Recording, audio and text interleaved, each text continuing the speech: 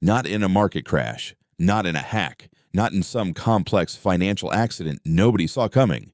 It was stolen, deliberately, methodically, by a man in cargo shorts who told the world he was trying to save it. His name was Sam Bankman-Fried, and he is the most dangerous kind of criminal, the kind that makes you like him first. Sam grew up in Palo Alto. Both parents were Stanford law professors. He went to MIT, studied physics. By every measure, he was one of the smartest people in any room he walked into.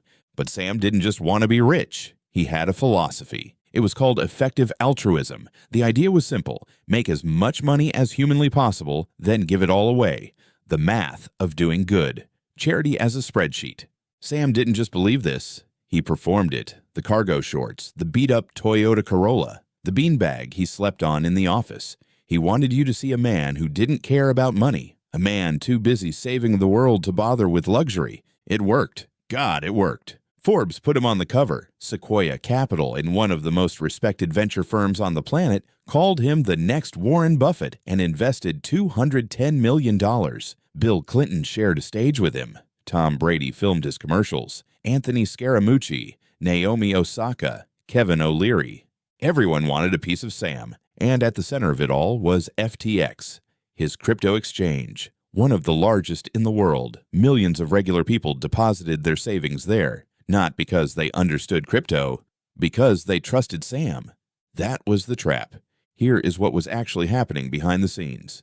Sam had two companies, FTX, the exchange where customers deposited money, and Alameda Research, his personal trading firm.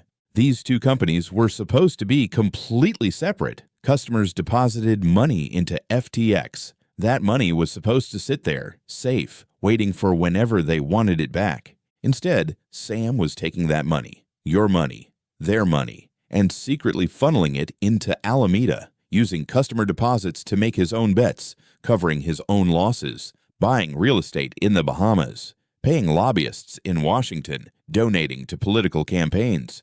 When customers thought their money was sitting safely in their account, it was gone. It had been gone for months. $8 billion. Taken from people who trusted him. And the whole time, Sam was flying to Washington telling Congress exactly how crypto should be regulated to protect investors. The man running the fraud was advising the government on how to stop it. It unraveled in 4 days. November 2nd, 2022, a leaked balance sheet showed that Alameda's assets were almost entirely made up of FTX's own token, a currency Sam had invented himself. Worthless. The entire foundation was an illusion. Binance, FTX's biggest competitor, announced they were selling their FTX holdings. The signal was clear. Customers panicked. In 72 hours, they tried to withdraw $6 billion. FTX froze withdrawals. The money wasn't there.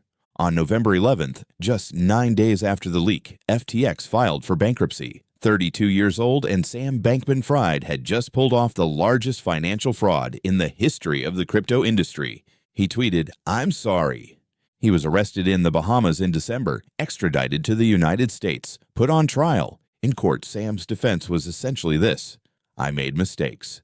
I wasn't careful enough, but I never meant to steal anything." The jury took 4 hours. Guilty. On all 7 counts: wire fraud, securities fraud, money laundering, conspiracy. In March 2024, Sam Bankman-Fried was sentenced to 25 years in federal prison.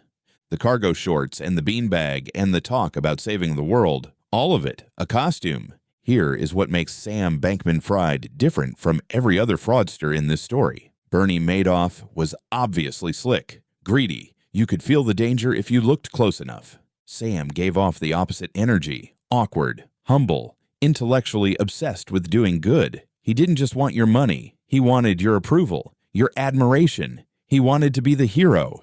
And that is exactly why it worked. Because we are not watching for the guy who looks like he's saving the world. We're not asking hard questions of the man who donates to the right causes and says the right things and makes us feel good about the future. Sam Bankman-Fried didn't exploit a gap in the financial system. He exploited a gap in human nature. We trust people who seem to care. We stop looking when someone makes us feel safe.